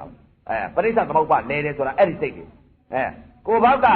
လဲသေးသလားတဲ့မဟုတ်သေးဘူးမနောဘောက်ကလဲသေးမနောဘောက်ကဘယ်လိုလဲလဲတဲ့ကောင်းတာလေးသိတဲ့စိတ်မကောင်းတယ်လို့သိတဲ့စိတ်ဆင်းရဲတယ်လို့သိတဲ့စိတ်ချမ်းသာတယ်လို့သိတဲ့စိတ်မနောကလည်းအဲ့ဒါပါလေတဲ့ဘဝကြီးအမျိုးမျိုးပြောင်းပြီးတော့စိတ်ဓာတ်သင်္ခါရတွေဖြစ်ပြန်အဲ့ဒီစိတ်ဓာတ်သင်္ခါရတွေကဘာလဲတဲ့မျက်စိဘောက်ကလည်းပရိစ္ဆသမုပ္ပါလဲပြီးဘဝကြီးအမျိုးမျိုးပြောင်းပြီးတော့ဖြစ်ပြပြီးတော့နေပြီးနာကလည်းအတန်တစ်ခုပေါ်အတန်တစ်ခုကြားလိုက်တဲ့တပြိုင်နက်တည်းပရိစ္ဆသမုပ္ပါလဲပြန်ပြီးစိတ်တွေကနှာခေါင်းနဲ့အနာနဲ့ထိမှန်လိုက်တဲ့အချိန်ကအနံ့ရုပ်ပေါ်မှာစိတ်တွေကပရိစ္ဆသမုပ္ပါလဲပြန်ပြီးဘာကြောင့်လဲတဲ့အနံ့ပေါ်မှာစိတ်ဓာတ်သင်္ခါရအဆင်းပေါ်မှာစိတ်ဓာတ်သင်္ခါရအသံပေါ်မှာစိတ်ဓာတ်သင်္ခါရရတာပေါ်မှာစိတ်ဓာတ်သင်္ခါရအတွေ့ပေါ်မှာစိတ်ဓာတ်သင်္ခါရဓမ္မပေါ်မှာစိတ်ဓာတ်သင်္ခါရအဲ့ဒီစိတ်ဓာတ်သင်္ခါရတွေဖြစ်လက်စိတ်တွေဖောက်ပြန်ဖြစ်ပြနေတဲ့စိတ်တွေအဲ့ဒါပါလေတဲ့ပရိစ္ဆသမုပ္ပါခေါ်တယ်ဘာလာလို့အဲ့ဒီပရိစ္ဆသမုပ္ပါအဲ့ဒီစိတ်တွေဖြစ်နေပြီဆိုရင်ငါတော့ဘုံသုံးပါးသံဃာကယုတ်ကွင်းလျှောက်ကြည့်ပါလားလို့ဒီလိုမြင်လားအဲ့ဒီတော့ပရိစ္ဆသမုပ္ပါဖြစ်လာတဲ့စိတ်တွေဟာတရားဓမ္မများအတိတ်ကာလတုန်းကလဲလာလိုက်တဲ့ဥစ္စာအခုတည်းထိလဲတုံပဲမျက်စိမှားတုံပဲအတိတ်ကာလတုန်းကကြားတာကကြားလာတဲ့အခုလည်းကြားတုံပဲနားပေါက်ကလည်းလဲလာပြန်တာပဲနှာခေါင်းပေါက်ကလည်းလဲခဲ့ပြီလျှာပေါက်ကလည်းလဲခဲ့ပြီကိုယ်ပေါက်ကလည်းလဲခဲ့ပြီမနောကလည်းလဲခဲ့ပြီဘာကြောင့်လဲတယ်လဲတဲ့ဝိဇ္ဇာညာမှမရပဲကိုဝိဇ္ဇာညာမရတော့မျက်စိပေါက်ကနေပြီးစိတ်ဓာတ်သင်္ခါရတွေဖြစ်ပြီးတော့ပရိစ္ဆသမုပ္ပါတခါတည်းလဲတော့တာပဲဖြစ်လက်ယုံနာနေကိုဘဝတွေအမျိုးမျိုးပြောင်းပြီးတော့ဖြစ်ပြနေတဲ့ယုံနာနေပါပဲဗျာဘာကြောင့်လဲတယ်လဲတဲ့ ဒီစိတ်ဓာတ်သင်္ခါရတွေဘာလို့ဖြစ်နေတယ်လဲတဲ့မသိမှုအဝိဇ္ဇာအကြောင်းတရားအကြောင်းမို့လို့မသိတာကဘာလဲယုံနာကိုမသိလို့ပညာပရမတ်မကွဲလို့ခန္ဓာ၅ပါးအကြောင်းတရားအကျိုးတရားကိုမမြင်လို့ဒါကြောင့်မို့လို့ဒါသဘောကိုမမြင်လို့အဲ့ဒီတော့အခုဟောတဲ့တရားကဘာလဲပရိစ္ဆသမုပ္ပါမျက်စိပေါက်ကလဲတယ်နားပေါက်ကလဲတယ်နှာခေါင်းပေါက်ကလဲတယ်ပါးစပ်ပေါက်ကလဲတယ်ကိုယ်ပေါက်ကလဲတယ်မနှောပေါက်ကလဲတယ်အဲ့ဒီလိုသိနေလို့ရှိရင်ပရိစ္ဆသမုပ္ပါလဲပြီးနိဗ္ဗာန်ဘယ်တော့မှမရဘူးလားမဘာကြောင့်လဲတဲ့ပရိစ္ဆသမုပ္ပါလဲနေပြီလေအဲ့ဒီတော့ပရိစ္ဆသမုပ္ပါရက်တယ်တဲ့ဟောတလုံးနဲ့နီးပြီးတော့လွယ်တယ်ဗျနီးပြီးတော့ဘယ်လိုလဲတဲ့ပရိစ္ဆသမုပ္ပါရက်ပုံအသိရှိလို့ရှိရင်အသိမရှိလို့ရှိရင်လဲနိုင်မယ်အတိလေးထားပြီးတော့အတိလေးနဲ့ထားပြီးဝိဇ္ဇာညာဝိဇ္ဇာပညာဖြစ်အောင်ကိုအတိလေးနဲ့ထားမယ်ဆိုလို့ရှိရင်ပရိစ္ဆသမုပ္ပါရပ်နေပါလိမ့်မယ်ဘယ်လိုရမလဲလို့ခုနကပရိစ္ဆသမုပ္ပါလဲနေတဲ့တရားကိုဟောတာဒါကြောင့်မလို့နက်လျက်နဲ့တိမ်တယ်တိမ်လျက်နဲ့နက်တယ်ကျင်းလျက်နဲ့ကျဲတယ်ကျဲလျက်နဲ့ကျင်းတယ်နီးသိလို့ရှိရင်ပရိစ္ဆသမုပ္ပါကျဲဝဲ့တယ်ဆိုတာနီးသိတော့လွယ်လွယ်လေးကျင်းချင်းလေးဘာကြောင့်လဲတဲ့နီးသိတော့ပရိစ္ဆသမုပ္ပါရပ်နေတဲ့တရားပရိစ္ဆသမုပ္ပါလွတ်မြောက်သွားတဲ့တရားတွေရှိခုနဟောလိုက်တဲ့ဥစ္စာကစိတ်ဓာတ်သင်္ခါရတွေဖြစ်ပြနေတဲ့ပရိစ္ဆသမုပ္ပါလဲနေတဲ့တရားအခုပရိစ္ဆသမုပ္ပါရပ်တဲ့တရားကိုဟောမယ်ခုနတုန်းကဟောတာကပရိစ္ဆသမုပ္ပါလဲတဲ့တရားပရိစ္ဆသမုပ္ပါအခုအကျင့်နယ်ကပုဂ္ဂိုလ်တွေရပ်ဖို့ဟာကိုအခုပြောတာပညာအထုတ်တဲ့ပုဂ္ဂိုလ်တွေအသိရှိဖို့ရပ်နေဖို့ဘယ်လိုရမလဲပရိစ္ဆသမုပ္ပါရပ်အောင်ဟိုစားထဲမှာတော့အဝိဇ္ဇာတဏှာသူတို့ရွတ်ကြတာများတာလေအဝိဇ္ဇာသင်္ခါရပစ္စယဝိညာဏဆိုတာဘာလဲမသိပါဘူးဥစဉ်တော့ရွတ်နေတာတွေများကြတယ်အဲ့ဒီတော့ပရိစ္ဆသမုပ္ပါလဲနေတဲ့တရားရဲ့ပရိစ္ဆသမုပ္ပါရပ်မဲ့တရားရဲ့ဟောများကိုမလောက်ရပါဘူးအဝိဇ္ဇာအတိကဝိဇ္ဇာအတိလေးသိသွားပြီဆိုလို့ရှိရင်ပရိစ္ဆသမုပ္ပါရပ်တယ်ဘာကြောင့်လဲတဲ့မျက်စိပေါက်ကနေပြီးတော့အာယောနိသောမနတိကာရယောနိသောမနတိကာရအာယောနိသောမနတိကာရနှလုံးသွင်းရင်ပရိစ္ဆသမုပ္ပါလဲတယ်ခုနစိတ်တွေဖြစ်တယ်အဲ့ဒီစိတ်တွေကအာယောနိသောမနတိကာရနှလုံးသွင်းမှားသွားလို့အဲ့ဒီစိတ်တွေဖြစ်ကုန်ခွေးစိတ်ဝဲစိတ်နွားစိတ်အဲ့ဒါအာယောနိသောမနတိကာရခေါ်တယ်ယောနိသောမနတိကာရနှလုံးသွင်းလိုက်မှားရမယ်ယောနိသောမနတိကာရနှလုံးသွင်းမှန်လို့ရှိရင်ဝိဇ္ဇာပညာဖြစ်မယ်ပရိစ္ဆသမုပ္ပါရဘယ်လိုရမလဲတဲ့ယောနိသောမနတိကာရကခန္ဓာကြာလိုက်တဲ့ဝိပဿနာဉာဏ်ဝိပဿနာစိတ်နဲ့ကျူးလိုက်တဲ့အချိန်ကယုံနာမြင်တဲ့သဘာဝယုံနာမြင်နေတဲ့ပုဂ္ဂိုလ်ကြပြီဆိုလို့ရှိရင်ပရိစ္ဆသမုပ္ပါရပ်ပြီဘယ်လိုရပ်ပလဲတဲ့အစ္ဆတတဏ္ဍာကနေပြီးတော့ဓာတ်ကြီးလေးပါးပေါ်ကနေပြီးပရိစ္ဆသမုပ္ပါရပ်တဲ့တရားကိုရထားတော့ဗဟိတလည်းရပ်တဲ့တရားပဲရပုဂ္ဂိုလ်တွေသိကြပါလိမ့်မယ်ဘယ်လိုသိကြမလဲယုံနာဆိုတဲ့ဥစ္စာဟာယုံနာကိုသိလို့ရှိရင်တော့ပရိစ္ဆသမုပ္ပါရပ်သွားပါလိမ့်မယ်ယုံနာမှမသိတဲ့ပုဂ္ဂိုလ်ဟာပရိစ္ဆသမုပ္ပါဘယ်တော့မှမရပ်ပါဘူးအဲဒီတော့ယုတ်စစ်နံစစ်ကိုသိဖို့အရေးကြီးပါတယ်ယုတ်ပရမတ်နံပရမတ်ကိုသိဖို့အရေးကြီးပါတယ်လို့ဒါကြောင့်မလို့ဝိပဿနာယောဂီပုဂ္ဂိုလ်ဟာအရှုခံအရှုအာယုံမှန်လို့ရှိရင်ပရိစ္ဆသမုပ္ပါရပ်မယ်အရှုခံအရှုအာယုံမှမမှန်လို့ရှိရင်ပရိစ္ဆသမုပ္ပါလဲလိမ့်မယ်ဘာကြောင့်လဲတဲ့ပညာတ္တမှန်မှပရမတ်မှန်တယ်ပညာတတ်လွဲလိုက်ပြီဆိုပရမတ်ပါလွဲပါရောဗျာအဲ့ဒီတော့တရားဓမ္မများလည်းပဲနောင်ကိုကျင့်တတ်ဖို့နောင်ကိုရှုတတ်ဖို့အရှုခံပေါ်လာရင်အရှုအာယုမှန်ဖို့ပညာတတ်မှန်နေဖို့ဒါကြောင့်မလို့အခုအသိပေးတာပါအဲ့ဒီတော့အခုယောနိသောမနတိကာရနှလုံးသွင်းမှန်ရမယ်တဲ့ဘုရားဟောတာဘုရားတကားနဲ့ယောနိသောမနတိကာရနှလုံးသွင်းမှန်ရမယ်ဆိုတော့ဓာတ်ကြီးလေးပါဖောက်ပြန်လာတဲ့အချိန်ကယောနိသောမနတိကာရနှလုံးသွင်းမှန်တာကဘယ်လိုနှလုံးသွင်းမှမှန်ပါလေတဲ့ယုံနာကိုသွင်းလိုက်တာဘယ်လိုသွင်းလိုက်တဲ့ဓာတ်ကြီးလေးပါပေါ်လာတဲ့အချိန်ကတင်းတဲ့သဘောတွေတောင်းတဲ့သဘောတွေထုံတဲ့သဘောတွေအောင့်တဲ့သဘောတွေကြိုက်တဲ့သဘောတွေကြက်လာတဲ့သဘောတွေချွေးတွေကြလာတဲ့သဘောတွေယိုစီးတဲ့သဘောပူတဲ့သဘောအေးတဲ့သဘောလှုပ်ရှားတဲ့သဘောတွန်းကန်တဲ့သဘောအဲ့ဒါဒီပေါ်လာတဲ့အချိန်ခါကျတော့အရှုခံပေါ်လာလို့အရှုအာယုံကပြည့်ညတ်တမှအောင်နှလုံးသွင်းလိုက်တယ်ယောနိသောမနတိကာရယုံပေါ်မှာသွားပြီးနှလုံးသွင်းမှန်အောင်သွင်းလိုက်ဘယ်လိုသွင်းလိုက်ကြလဲတဲ့အတိတ်ကသိတဲ့အတိမျိုးမသိအောင်အကုသိုလ်စိတ်ဖြစ်နေတဲ့စိတ်ကိုကုသိုလ်စိတ်ကိုပြောင်းပလိုက်ဝေဒနာပေါ်တယ်ပရိစ္ဆသမုပ္ပါရအောင်ပြောင်းပလိုက်ဘယ်လိုပြောင်းလိုက်လဲတဲ့တင်းတာပေါ်လာတော့တင်းတယ်လို့မသိဘူးတောင်းတာပေါ်လာတော့တောင်းတယ်လို့မသိဘူးထုံတာပေါ်လို့ထုံတာလို့မသိဘူးအာယောနိသော မနတိကာရတဲ့ယောနိသောမနတိကာရတဲ့တင်းနေတောင်းနေထုံနေကျင်းနေဒီလိုတွင်းလိုက်ပြီဆိုလို့ရင်အာယောနိသောမနတိကာရအဲ့ဒါအဝိဇ္ဇာသိဖြစ်သွားပြီပရိစ္ဆသမုပ္ပါလဲသွားပြီ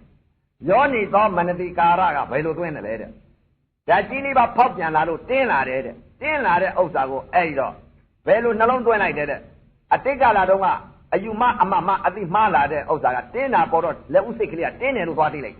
အဲ့ဒီတင်းတယ်လို့သိလိုက်တဲ့စိတ်ကိုအလင်းအမြန်ပြောက်ပလိုက်ဝိဇ္ဇာစိတ်ကိုပြောင်းပလိုက်ဘယ်လိုစိတ်တွင်းပလိုက်တဲ့ရုပ်စိတ်နာမ်စိတ်ကိုတွင်းတယ်ဖောက်ပြန်တဲ့ရုပ်ဝေဒနာပါလားလို့ဒီလိုတွင်းတင်းတာပေါ်လာတယ်ဖောက်ပြန်တဲ့ရုပ်ဝေဒနာပါလားလို့ဒီလိုတွင်းလိုက်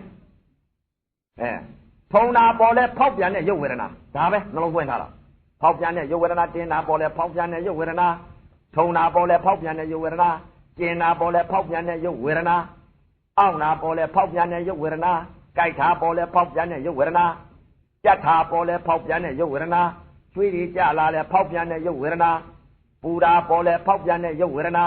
အေးတာပေါ်လဲဖောက်ပြန်တဲ့ရုပ်ဝေဒနာလှုပ်တာပေါ်လဲဖောက်ပြန်တဲ့ရုပ်ဝေဒနာနှလုံးသွင်းမှာနေယောနိသောမနတိကာရနှလုံးသွင်းမှာနေတော့ဒီပေါ်မှာပရိစ္ဆသမုပ္ပါဝေဒနာကိုတဏှာမကူဘူးဝေဒနာတွေရတယ်ဘာကြောင့်လဲတဲ့ရုပ်စစ်နာမ်စစ်ကိုသွားတွေ့လိုက်ရုပ်စစ်နာမ်စစ်ကိုသွားတွေ့တာဘယ်လိုကြောင့်ရုပ်စစ်နာမ်စစ်လဲရုပ်ပိုင်းခြားတဲ့စိတ်နာမ်ကိုပိုင်းခြားတဲ့စိတ်ရုပ်ကိုဘယ်လိုပိုင်းခြားလိုက်တယ်နာမ်ကိုဘယ်လိုပိုင်းခြားလိုက်တယ်တဲ့လက်ဦးစိတ်ကလေးကရုပ်ကိုပိုင်းခြားလိုက်ဘယ်လိုပိုင်းခြားလိုက်လဲဖောက်ပြန်တဲ့သဘောလေးကိုလက်ဦးစိတ်ကလေးကသိလိုက်တာကရုပ်ကိုပိုင်းခြားသိလိုက်တဲ့စိတ်နောက်စိတ်ကလေးကဝေဒနာပါလားလို့သိလိုက်တာကနာမ်ကိုပိုင်းခြားသိတဲ့စိတ်ဝေဒနာသိတာနာမ်အဲ့တော့ဖောက်ပြန်တဲ့ရုပ်ဝေဒနာပါလားလို့ဒီလိုသိလိုက်တာကဘာလဲတဲ့ရုပ်နဲ့နာမ်နဲ့တွဲသိလိုက်အဲ့ဒါဘာလဲတဲ့ဝေဒနာတွေရနေဝေဒနာတဏှာမကူတော့ဘူးနားတယ်ဆိုမှတဏှာကူသွားမယ်ကြိုက်တယ်ဆိုမှတဏှာကူသွားမယ်အောင့်တယ်ဆိုမှတဏှာကူသွားမယ်ပူတယ်ဆိုမှတဏှာကူသွားမယ်အေးတယ်ဆိုမှတဏှာကူသွားမယ်အမှားစိတ်တွေဟုတ်အခုရှိတဲ့ပြစ္ဆုတ်ပန်စိတ်ဝိပဿနာဉာဏ်ဝိပဿနာစိတ်နဲ့ဖောက်ပြန်တဲ့ရုပ်ဝေဒနာပါလားလို့ဒီလိုရှုရအရှုခံပေါ်လာတော့အရှုအာယုံကဘယ်လိုရှုလိုက်တဲ့ယောနိသောမနတိကာရနှလုံးသွင်းမှန်သွားတယ်ဘယ်လိုသွင်းလိုက်တယ်လဲတဲ့ဖောက်ပြန်တဲ့ရုပ်ဝေဒနာပါလားလို့ဒီလိုသိလိုက်တော့အဲ့လိုဖောက်ပြန်နေတာပဲဝေဒနာကနာပဲအဲ့ဒီတော့ဖောက်ပြန်တဲ့ရုပ်ဝေဒနာရဲ့လို့ဒီလိုသိလိုက်တာဖောက်ပြန်တဲ့သဘောလေးကိုသိလိုက်တာကရုပ်ပိုင်းခြားသိတဲ့စိတ်နောက်စိတ်ကလေးကဝေဒနာကိုသိလိုက်တာကနာမ်ကိုပိုင်းခြားသိတဲ့စိတ်ဖောက်ပြန်တဲ့ရုပ်ဝေဒနာရဲ့လို့အဆုံးသတ်တာဝေဒနာဘာပဲပေါ်ပေါ်အစ္ဆဒသဏ္ဍာန်ကမဟာဘုဒ္ဓကြီးလေးပါးပေါ်ကနေပြီးတော့ဝေဒနာတွေဖြစ်လာရင်ဖောက်ပြန်တဲ့ရုပ်ဝေဒနာဒါကိုသိတာပဲတလုံးနဲ့သိထားတာပဲမလွတ်တော့ဘူးတင်းနဲ့တောင်းနဲ့ထုံနဲ့ကျင်းနဲ့အောင့်နဲ့ပူနဲ့အေးနဲ့လှုပ်နဲ့ရွာတယ်ဆိုတဲ့စိတ်ကသင်္ခါရတွေဟောချုပ်တယ်ဘာချုပ်လဲဝေဒနာတွေရတယ်ဟိုစာတဲ့ကအဝိဇ္ဇာတဏှာဥပါဒာလို့ဒီလိုပြောနေလို့မဖြစ်ဘူးအဲ့တော့ဗုဒ္ဓဘာသာလို့ပြောလို့ရှိရင်ပရိစ္ဆသမုပ္ပါလဲတဲ့စိတ်ပရိစ္ဆသမုပ္ပါရက်နေတဲ့စိတ်ဟောသိရောအဲ့တော့ကျင်လဲရှင်းတာရောအဲ့တော့ဝေဒနာကနေပြီးတော့ဝေဒနာတင်ရက်နေတဲ့စိတ်ကဘယ်စိတ်လဲတဲ့ဖောက်ပြန်တဲ့ရုပ်ဝေဒနာရဲ့လို့ဒီလိုသိတာ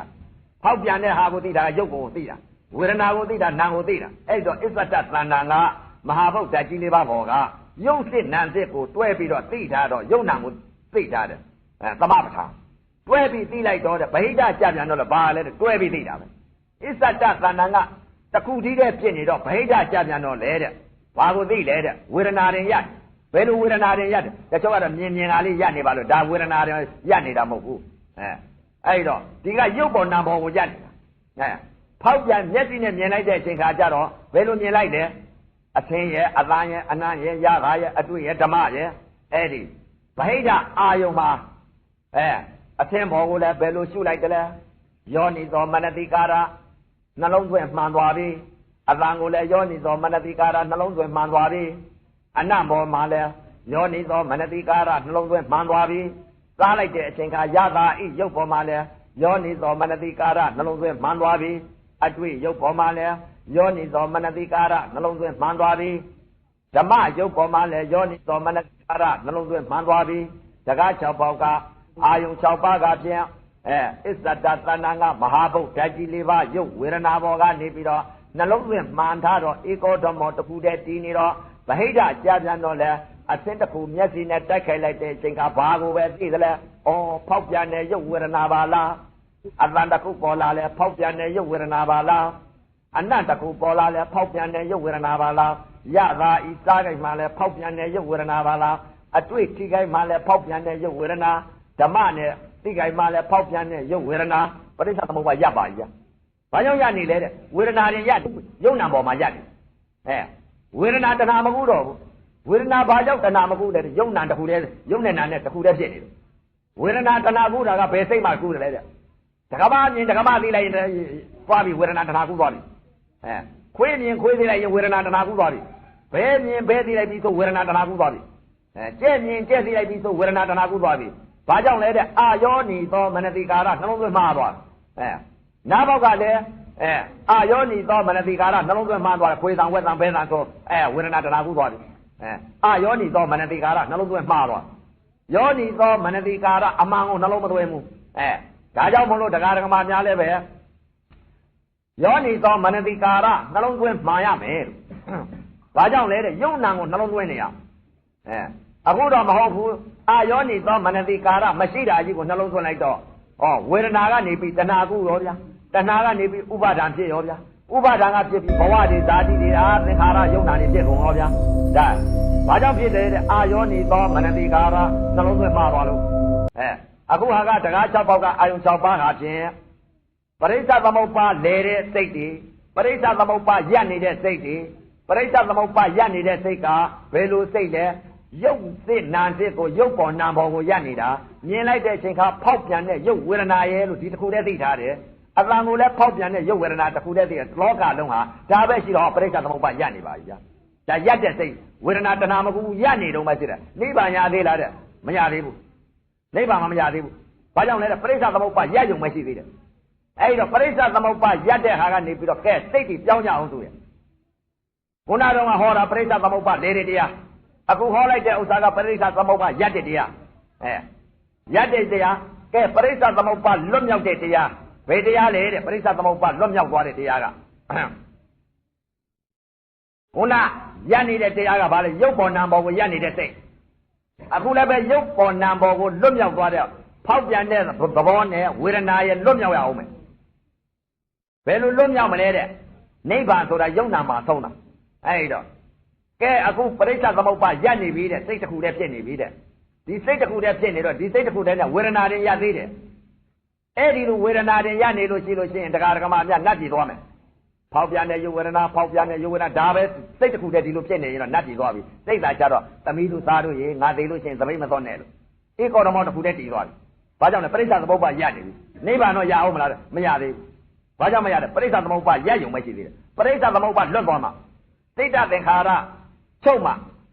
လွတ်သွားမှာအဲ့တော့ပရိစ္ဆသမုပ္ပါရပ်တဲ့ဝေဒနာတင်ရပ်နေတယ်ဝေဒနာသိနေသေးတယ်ရုပ်ဝေဒနာသိနေသေးတယ်အဲ့တော့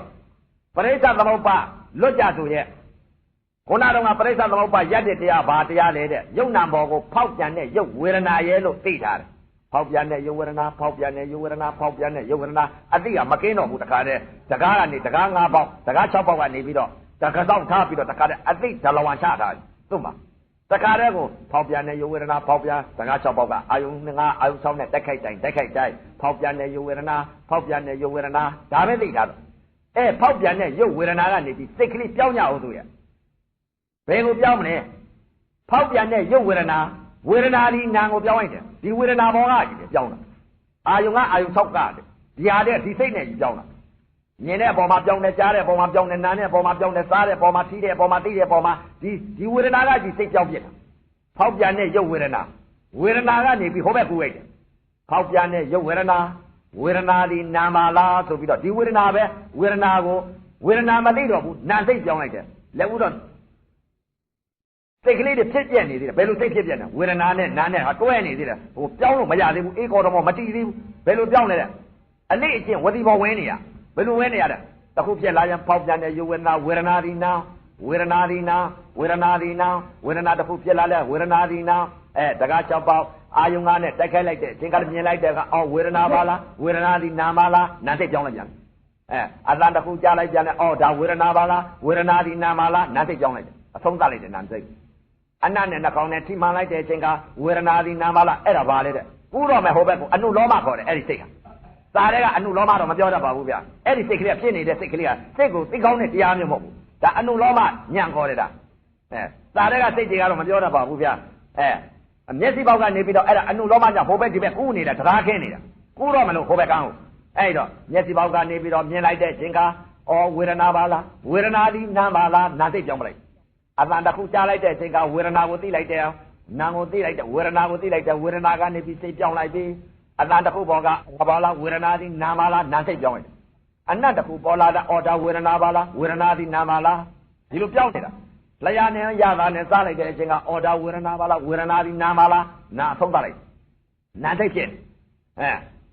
ကိုယ်နဲ့အတွေ့အမြင်ထိမှန်လိုက်တဲ့အချိန်ကဝေဒနာပါလားဝေဒနာဒီနာပါလားပြောင်းလိုက်တယ်ဟိုဘက်ကူမယ်အနုခင်းနေတာဟိုဘက်ကိုကူးကျင်လို့အနုလောမတရားခင်းနေမနောနဲ့ဓမ္မနဲ့ပေါင်းစုံလိုက်တဲ့အချိန်ကအော်ဒါဝေဒနာပါလားဝေဒနာဒီနာပါလားဝေဒနာဒီနာပါလားဝေဒနာဒီနာပါလားဝေဒနာဒီနာပါလားတဲ့တခါတည်းအလေးအကျင့်ဝတိဘောဝင်နေရသေးတယ်ဟိုဘက်စိတ်ကလေးပြောင်းလာတာအနက်ခင်းနေတယ်ဝေဒနာဒီနာပါလားဝေဒနာဒီနာပါလားဝေဒနာဒီနာပါလားဒီလိုပြောင်းနေတာဒီလိုပြောင်းနေတော့ကြာကြာပြောင်းမှကြတော့ဝတိဘောနိုင်လာတော့ဘယ်လိုဖြစ်လဲတဲ့မြင်လိုက်တဲ့အချိန်ကဝေဒနာကိုမသိတော့ဘူးလွတ်သွားပြီဝေဒနာမသိတော့ဘာကိုသိလဲမြင်လိုက်တဲ့အချိန်ကအော်နာမလားကြားလိုက်တဲ့ခါလဲနာမလားနားလိုက်တဲ့အခါလဲနာမလားစားလိုက်တဲ့ရတာလဲနာမလားသိလိုက်တဲ့အတွေ့လဲနာမလားသိလိုက်တဲ့စိတ်ကလေးလဲနာမလားနာကြီးဖြစ်နေပြီနာကနေပြီအဲ့ဒါပါလေတဲ့နာစိတ်တစ်ခုတည်းဖြစ်နေအဲ့ဒီလိုနာစိတ်သိရင်တော့အာယုပါလေးပုံပဲနာစိတ်ဖြစ်တယ်ဟိုဘက်မရောက်သေးဘူးနာစိတ်ဖြစ်အဲ့ဒီနာစိတ်ကနေပြီးတော့တခါပြောင်းအောင်မယ်ပရိစ္ဆသမုပ္ပါလွတ်အောင်လုပ်အောင်ပရိစ္ဆသမုပ္ပါဘယ်လိုလွတ်အောင်လုပ်မလဲဘယ်လိုလုပ်မလဲနာစိတ်ဖြစ်နေပြီမျက်စိပေါက်တကား6ပေါက်ကအာယုံ6ပါးခါဖြင့်မြင်တာလဲနာကြားတာလဲနာစားတာလဲနာထိတာလဲနာသိတာလဲနာတကား6ပေါက်အာယုံ6ပါးနာတစ်ခုတည်းဖြစ်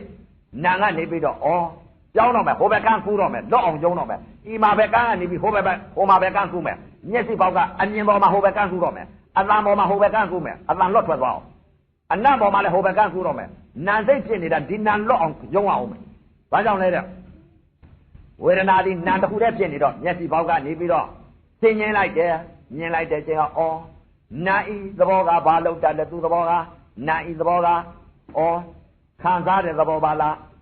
မြင်လိုက်တာလဲအတန်ကိုလဲအသင်းကိုလဲခံစားတယ်သိငင်းလိုက်ပြီအသင်းကိုလဲခံစားလိုက်တယ်အတန်ကိုလဲခံစားလိုက်တယ်အနံ့ကိုလည်းခံစားလိုက်တယ်ရတာကိုလည်းခံစားလိုက်တယ်အတွေ့ကိုလည်းခံစားလိုက်တယ်ဓမ္မကိုလည်းခံစားလိုက်တယ်နာဣသဘောကသူခံစားခြင်းလက္ခဏာသဘာဝတာမြင်ညသဘောသာရှိပါလားတာမြင်ညလက္ခဏာမြင်သွားပြီတာမြင်ညလက္ခဏာဆိုတာနာဣလက္ခဏာသဘောတရားလေးကိုပဲရှိတော့တကား6ပေါက်ကအာယုံ6ပါးကဖြင့်ဖောက်ပြန်တဲ့ရုပ်ကိုလည်းမရှိတော့ဘူးနောက်စိတ်ကလေးဝေဒနာကိုလည်းမရှိတော့ဘူးနာယုံလွတ်သွားပြီနာယုတ်ကနေပြီးနာစိတ်ကိုလည်းမရှိတော့ဘူးနာစိတ်လွတ်သွားပြီနာစိတ်လွတ်သွားတော့ဘာကိုနာစိတ်လွတ်တယ်လဲနာဣသဘောတရားလက္ခဏာပြစ္ဆုတ်ပါအကြောင်းအားလျော်စွာတိုက်ခိုက်တိုင်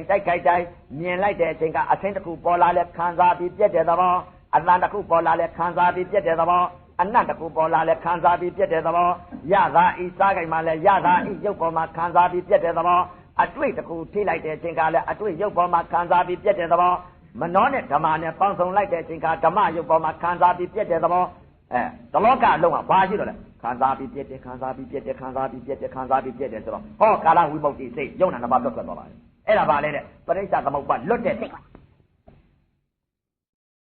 ်သူပြောတာပရိစ္ဆသမုပ္ပါလဲတယ်ပရိစ္ဆသမုပ္ပါလဲတဲ့စိတ်ပရိစ္ဆသမုပ္ပါရက်နေတဲ့စိတ်ပရိစ္ဆသမုပ္ပါလွတ်မြောက်သွားတဲ့စိတ်ခုနပြောလိုက်တဲ့ဥစ္စာတလောကဓာတ်လုံးဟာဖြင့်ဧကောဓမောတစ်ခုတည်းတည်သွားပြီနာဣလက္ခဏာခံစားပြီးပြက်တဲ့သဘောတရားလေးကိုဒါတစ်ခုတည်းဧကောဓမောတည်သွားပြီဆိုရင်အဲ့ဒါနိဗ္ဗာန်စိတ်ပဲအဲ့ဒါနိဗ္ဗာန်ဆိုတဲ့ဥစ္စာကဘာလဲတဲ့ကာလဝိမု ക്തി စိတ်ခေါ်တယ်ကာလဝိမု ക്തി စိတ်ဆိုတာတချို့ပြောနေပြောတာချင်းနိဗ္ဗာန်ဆိုတာမိတ်ချုပ်နေတယ်လို့ဆိုတာအဲ့ဒါပညာချုပ်ကြီးနိဗ္ဗာန်ဆိုတာအသိနဲ့ချုပ်တာဝိဇ္ဇာချုပ်ဆိုတာအသိပညာချုပ်အသိဝိဇ္ဇာဆိုတာပညာပေါ့ဗျာပညာမဟုတ်ဘဲနဲ့မိတ်ချုပ်နေလို့ရှိရင်မောဟချုပ်တချို့ပြောနေပြောတာရှိတယ်မေ့နေတဲ့ဥစ္စာဒါနိရောဓဝင်တယ်လို့ဘာလို့ဆိုတာနိရောဓဖလသမဘဆိုတဲ့ဥစ္စာဖလသမဘဆိုတာသောတာပန်ပုဂ္ဂိုလ်သည်သောတာပန်ဖလသမဘဝင်တယ်သရဂံပုဂ္ဂိုလ်သည်သရဂံဖလသမဘဝင်တယ်အနာဂံပုဂ္ဂိုလ်သည်အနာဂံဖလသမဘဝင်တယ်ယဟန္တာပုဂ္ဂိုလ်သည်ယဟန္တာဖလသမဘဝင်တယ်သူဖလသမဘနဲ့သူဝင်ကြသောတာပန်ပုဂ္ဂိုလ်လည်းကာလဝိမု ക്തി စိတ်ဖြစ်နေပြီဘယ်လိုဖြစ်နေလဲအဲ့တော့ဘယ်လိုဖြစ်နေလဲဘယ်လိုဝေဒနာခံစားရဒုက္ခဝေဒနာလည်းဒုက္ခလည်းမခံစားတော့ဘူးဒုက္ခလည်းမခံစားတော့ဘူးဘာရှိတော့ကာလဝိမု ക്തി စိတ်မြတ်စွာဘုရားလက်ထက်ကပိမသာယမင်းကြီးလိုပေါ့ဗျာပ ပိမသားရမင်းကြီးဟာမဟာသောတာပန်ကြီးပေါ့ကာလဝိမု ക്തി စိတ်ဖြစ်နေတော့သူ့မှာမဟာသောတာပန်ကြီးတည်နေတော့သားလုပ်တဲ့ပုဂ္ဂိုလ်ကအတာသမမင်းကနေပြီးတော့ဖေးသတ်တာပေါ့လေဖေးသတ်တော့သမင်းလည်းမကျွေးဘူးသမင်းငါးကြသာတမဆိုလားအဲ့ဒီလိုပြောတာရှိသမင်းငါးကြသာတမဒါလေးနဲ့ကျွေးတော့ဘယ်ဝမလဲသာလောက်တော့မဟုတ်တဲ့ဝေဒနာတာခံစားဒုက္ခကြီးခံစားနေရတာပေါ့ခံစားပေတဲ့ဒုက္ခဒုက္ခတရားသူမခံစားဘူးသောတာပန်ပုဂ္ဂိုလ်သောတာပန်ဖလားသမဘာဝင်စားနေဘယ်လိုဝင်စားနေလဲတဲ့ဈေးညာလေးရှောက်နေတာပဲဈေးညာလေးရှောက်တော့သူ့မှာကြားမာပြီးတော့သူ့မှာဝေဒနာမှမခံစားပဲကိုပုရုษင်များတော့သာလောက်တော့မဲ့ဆိုလူလိမ့်မှာပေါ့မလူလိမ့်ဘူးသူ့မှာဒီစိတ်မဖြစ်ဘူးဘာစိတ်ဖြစ်လဲတဲ့ဒီတော့တလားလှလိုက်တယ်နံသိလိုက်တဲ့ဥစ္စာဘာကိုသိလိုက်တယ်ဩခံစားပြီးပြက်ပါလားထိလိုက်တဲ့လှမ်းလိုက်တဲ့ဟာလေးလည်းခံစားပြီးပြက်တဲ့သဘောဒါလေးပဲသိတာတခုတည်းတဲ့စိတ်တခုတည်းဖြစ်ခံစားတယ်ငါမစားရဘူးဒါမသိဘာသိလဲတဲ့လက္ခဏာသဘာသိနေလို့လှမ်းလိုက်တာလေးလည်းခံစားတဲ့သဘောထိလိုက်တာလေးလည်းခံစားတဲ့သဘောယူတာလည်းခံစားတဲ့သဘောပေါက်တာလည်းခံစားတဲ့သဘောထိုင်တာလေးလည်းခံစားတဲ့သဘောအိတ်လိုက်တာလေးလည်းခံစားတဲ့သဘောထလိုက်တာလေးလည်းခံစားတဲ့သဘောကြည့်လိုက်တာလေးလည်းခံစားတဲ့သဘောနားထောင်လိုက်တာလည်းခံစားတဲ့သဘောနားလိုက်တာလည်းခံစားတဲ့သဘောစားလိုက်တာလေးလည်းခံစားတဲ့သဘောထိလိုက်တာတိလိုက်တာယူတာပေါက်တာခံစားတဲ့သဘောဆိုတော့ဟောဒုက္ခဒုက္ခတော့အဲ့ဒါပါလေတဲ့သောတာပန်ဖလားသမဘာဆိုတာအဲ့ဒါစိတ်တစ်ခုတည်းပြင်ဒုက္ခဒုက္ခတော့နေအဲ့ဒါမှဖလားသမဘာခေါ်တယ်ဗျာဖလားသမဘာတို့ဆိုတာနိရောဓသမဘာဆိုတာရှေ့ကမြတ်စွာဘုရားကိုတော်မြတ်ကြီးရှိတုန်းကတော့သမထတကိုးတွေရှိတဲ့ပုဂ္ဂိုလ်ဟာဇာအပင်ငင်နေရတဲ့မြေရှုမိုးပြန်တဲ့ပုဂ္ဂိုလ်တွေဟာဖြင့်သမထယာနိကပုဂ္ဂိုလ်တွေကတော့မြေရှုမိုးပြန်တဲ့ပုဂ္ဂိုလ်တွေကတော့အဲ့ဒီဟာပါလေတဲ့နိရောဓသမဘာဆိုတာသမထပုဂ္ဂိုလ်မျိုးမှဝင်နိုင်တယ်ဝိပဿနာယာနိကပုဂ္ဂိုလ်ဟာနိရောဓသမဘာမဝင်နိုင်ဘူးစိတ်တခဏလေးပဲဝင်နိုင်အဲ့ဒါတချို့ပြောတာမေ့ပြီးတော့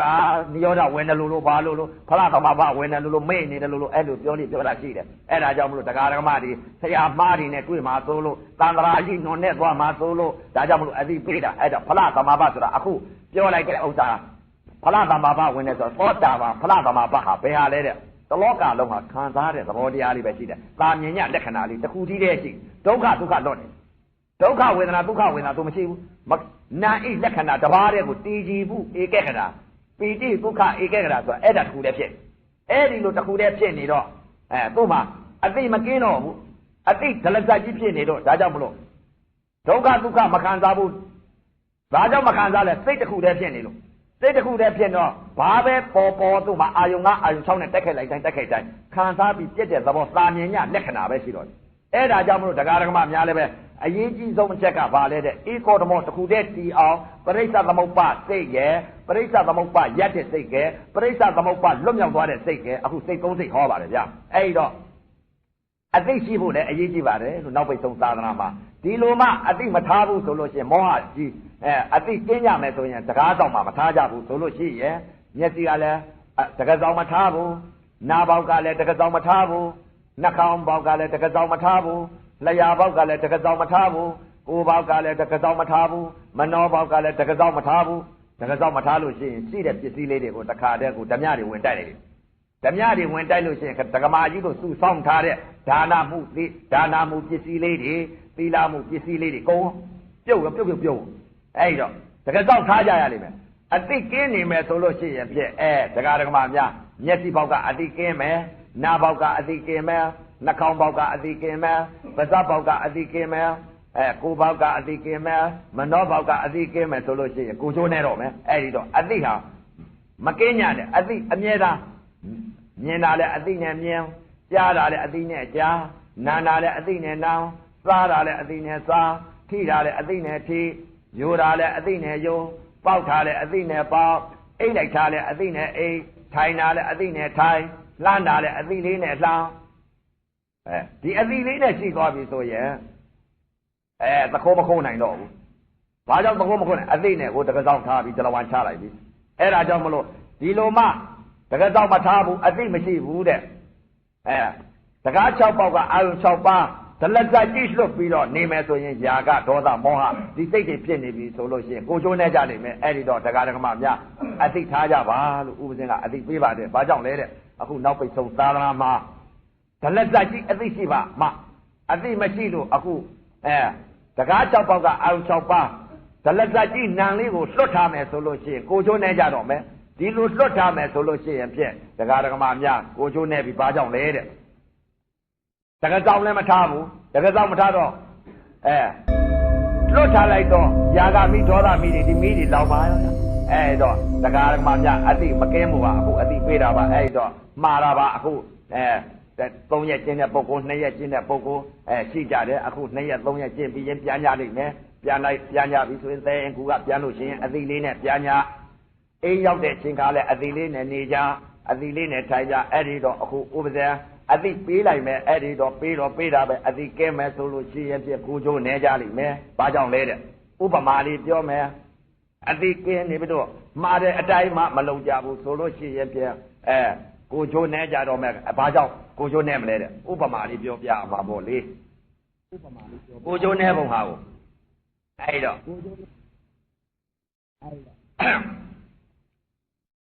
မှားထားတဲ့အတိုင်းမှာဒကာဒကမများမလုပ်လို့ရှိရင်ဖြင့်ဥပမာပြောရလို့ရှိရင်ဖြင့်ဘီလုံးငှက်မကြီးတစ်ကောင်ရှိတယ်ဘီလုံးငှက်မကြီးကသားလေးတစ်ကောင်ရှိဘီလုံးငှက်မကြီးကသားလေးတစ်ကောင်ရှိတော့သားလေးကိုလည်းဘီလုံးငှက်မကြီးကအစာရှာကျွေးရရှားသူတို့ဤဘီလုံးငှက်ပြီးအလိဘာသာအလျောက်ဟာဖြင့်သူတို့ဘယ်မှာနေရလဲတဲ့ကျွဲချီရကွက်နွားချီရကွက်တဲမှာနေကြသူတို့မှာဒီတိုင်းမှာအတိုက်ကလေးပုတ်ပြီးနေကြတော့အဲ့တော့ဘီငှက်မကြီးကသားလေးကိုမနဲ့မိုးနဲ့တဲ့အချိန်ကကြတော့ဘီလုံးငှက်ကလေးကိုဘီလုံးငှက်မကြီးကသူ့သားလေးမှာတယ်မိုးနဲ့တဲ့အချိန်ကလူလေးရဲ့အမေအစာရှာသွားမယ်ငါသားလေးစားဖို့ငါသားမင်းဘယ်မှမသွားနဲ့အတိုက်ဟာပြင်းတခါတည်းနေရာသူကျွဲချီရကွက်သူနေတဲ့နေရာပြန်ပြီးတော့ချပြီးတော့တခါတည်းသိန်းဆုံးငှက်ကြီးကနေပြီးတော့ကဲဘီလုံးငှက်ငယ်မင်းငါလွတ်လိုက်ပြီးကဲသွားတော့မင်းငါညာငါတော့အောင်ပြေးတော့ဆိုတော့တခါဘီလုံးငှက်လေးကတခါတည်းကိုအမေမှားထားတဲ့အတိုက်ဟာဖြင့်ကျွဲချီရပြဆင်းနေပြီးတော့တခါတည်းပြပြီးတော့မြေကြီးနဲ့သသားနဲ့ဝင်နေလိုက်သသားနဲ့ဝင်နေတော့အဲ့တော့သိန်းကငယ်ကြီးကလည်းပဲကြိတ်ပြောလိုက်တော့ဝင့်အဲ့တော့ဘီလုံးငယ်လေးကဘယ်လိုကြားနေရင်ကနေပြီးတော့သိန်းစိုးဆိုတဲ့ဟေးသိန်းစိုးဆိုတဲ့ငယ်ကြီးကဲအသင်ငါ့ကိုထိုးသုတ်တော့ဒီလိုဘီလုံးငယ်လေးကပြောလိုက်တော့သိန်းစိုးဆိုတဲ့ငယ်ကြီးကနေပြီးတော့ဘီလုံးငယ်ပြောတဲ့အတန်လေးကိုကြားလိုက်တဲ့တပြိုင်နက်တည်းအာကာသကောင်းငယ်တဟုန်ကြီးပြန်တက်သွားတော့တခါတည်းအာကာသကောင်းငယ်ကနေပြီးကြည့်လိုက်တဲ့အချိန်ကဘီလုံးငယ်လေးကိုဝင့်နေတာမြင်တော့တခါတည်းအာကာသကောင်းငယ်နေပြီးတော့တခါတည်းသိန်းစိုးအကြည့်ဟာတခါတစ်ချိန်ကြီးထိုးပြီးတော့ဘီလုံးငယ်လေးကိုတခါတည်းခြေထောက်နဲ့ကောက်ဝိုက်တာခြေထောက်ကမကုတ်မိဘူးကျွဲချီရကွဲအစွန်းကြီးနဲ့ရင်အောင်နဲ့တိုက်တာတခါတည်းသိန်းစိုးငယ်ကြည့်ရင်ကွဲတွေ့ရောအဲ့ဒီတော့ဒကာဒကမအများလည်းပဲဒကာ6ပေါက်ကအာယုံ6ပါးဟာဖြင့်ဘီလုံးငှက်ငယ်လေးလို့ထွက်ကစားနေကြမယ်ဆိုလို့ရှိရင်အသိမရှိဘူးဆိုလို့ရှိရင်အသိမထားဘူးဆိုလို့ရှိရင်ဝစ်ပြီးမနေဘူးတဲ့တကယ်တော့မထားကြဘူးဆိုလို့ရှိရင်သိန်းစိုးဆိုတဲ့ငှက်ကြီးကအပယ်လီပါခြေတိုင်းကလာလိမ့်မယ်သိန်းစိုးကခေါ်ကြလိမ့်မယ်သိန်းစိုးခြေတော့တယ်ပါကြလိမ့်မယ်နားပေါက်ကအသိမရှိကြဘူးအသိမရှိဘူးဆိုလို့ရှိရင်နားပေါက်ကထွက်ပြီးတော့ကစားလိုက်မယ်ဆိုလို့ရှိရင်အတန်လေးပေါ်မှာသာရလိုက်ပြီဆိုလို့ရှိရင်သိန်းစိုးခြေတော့တယ်ပါကြလိမ့်မယ်အနတ်တစ်ခုပေါ်မှာအတိမထားဘူးဆိုကြလို့ရှိရင်အနတ်ပေါ်မှာຢာကစိတ်ဒေါသစိတ်မောဟစိတ်ဖြစ်သွားပြီဆိုလို့ရှိရင်သိန်းစိုးဆိုတဲ့ခြေတော့ကြားတဲ့ပါကြလိမ့်မယ်လျာနဲ့ရတာနဲ့စားလိုက်တဲ့အချိန်ခါမှာလဲအတိမရှိကြဘူးဆိုရင်ရတာဤရုပ်ပေါ်မှာຢာကစိတ်ဒေါသစိတ်မောဟစိတ်ဒီစိတ်တွေဖြစ်သွားပြီဆိုလို့ရှိရင်သိန်းစိုးဆိုတဲ့ငှက်ကြီးခြေတော်ကိုခြေတော်ကြားတယ်ပါကြလိမ့်မယ်ကိုယ်နဲ့အတွေ့နဲ့ထိမှန်လိုက်တဲ့အချိန်ကအတွေ့ရုပ်ပေါ်မှာအတိမထားဘူးဆိုလို့ရှိရင်အတွေ့ပေါ်မှာຢာကရဲ့ဒေါသရဲ့မောဟရဲ့ဒီစိတ်တွေဖြစ်သွားမယ်ဆိုလို့ရှိရင်သိန်းစိုးခြေတော်ကြားတယ်ပါကြလိမ့်မယ်မနောနဲ့ဓမ္မနဲ့ပေါင်းစုံလိုက်တဲ့အချိန်ကအတိမရှိဘူးဆိုလျောင်းဓမ္မရုပ်ပေါ်မှာຢာကရဲ့ဒေါသရဲ့မောဟရဲ့ဒီစိတ်တွေဖြစ်နေမယ်ဆိုလို့ရှိရင်သိစိုးချီတော့တဲ့ပါကြလိမ့်မယ်ဗျအဲ့ဒီဒါအသိပေးတာပါပဲဗျအသိရှိမယ်ဆိုလို့ရှိရင်ခုနအမေမှာတဲ့အတိုင်းဟာဖြစ် နားထောင်လို့ကျွဲချီရကွက်ထဲဝစ်ပြီးပြနေအောင်ဝစ်လိုက်မယ်ဆိုသိန်းစိုးဆိုတဲ့ငှက်ကြီးဟာရင်ကွဲပြီးသေပါလိမ့်မယ်ဗျာအဲ့ဒီတော့ဒကာဒကမများအခုဟာအသိပေးတာပါ1ရက်2ရက်3ရက်ကြာရင်ဒကမကြီးတို့ဒကာကြီးတွေပြန်ကြလိမ့်မယ်အခုနောက်ပိတ်ဆုံးသာသနာမှာအသိမကင်းညနဲ့တော့အသိကင်းပြီဆိုရင်ကိုကျိုးနေကြလိမ့်မယ်အခုဒကာဒကမများပရိစ္ဆသမုပ္ပါဒကာ6ပေါက်ကအာယုံ6ပါးပရိစ္ဆသမုပ္ပါလဲတဲ့တရားပရိစ္ဆသမုပ္ပါလွတ်တဲ့တရားပရိစ္ဆသမုပ္ပါလွတ်မြောက်တဲ့တရားအဘိဓမ္မာတရားတော်များကြီးဟောကြားဆုံးမဩဝါဒပြရတဲ့အကျိုးအာနိသင်ကြောင့်အခုလာရောက်တဲ့တရားဓမ္မတွေမနုဿတာဒုံလဘာရာကေသောတရားလူရဲလိုဖြစ်တဲ့ချိန်ခါမြတ်စွာဘုရားသာသနာတော်ကြီးမိတဲ့ချိန်ခါဓမ္မယရနာတွေလည်းပွင့်လင်းတဲ့အချိန်ခါသုံးဥသုံးလည်းမိတဲ့အချိန်ခါသမထဝိပဿနာတရားကျင့်ညာအားထုတ်နိုင်ကြပြီသစ္စာလေးပါးတရားတော်များကြီးရပြီသိမ့်စို့ခြိတော့ကလွတ်နိုင်ကြပါစေကုန်တော်သတည်း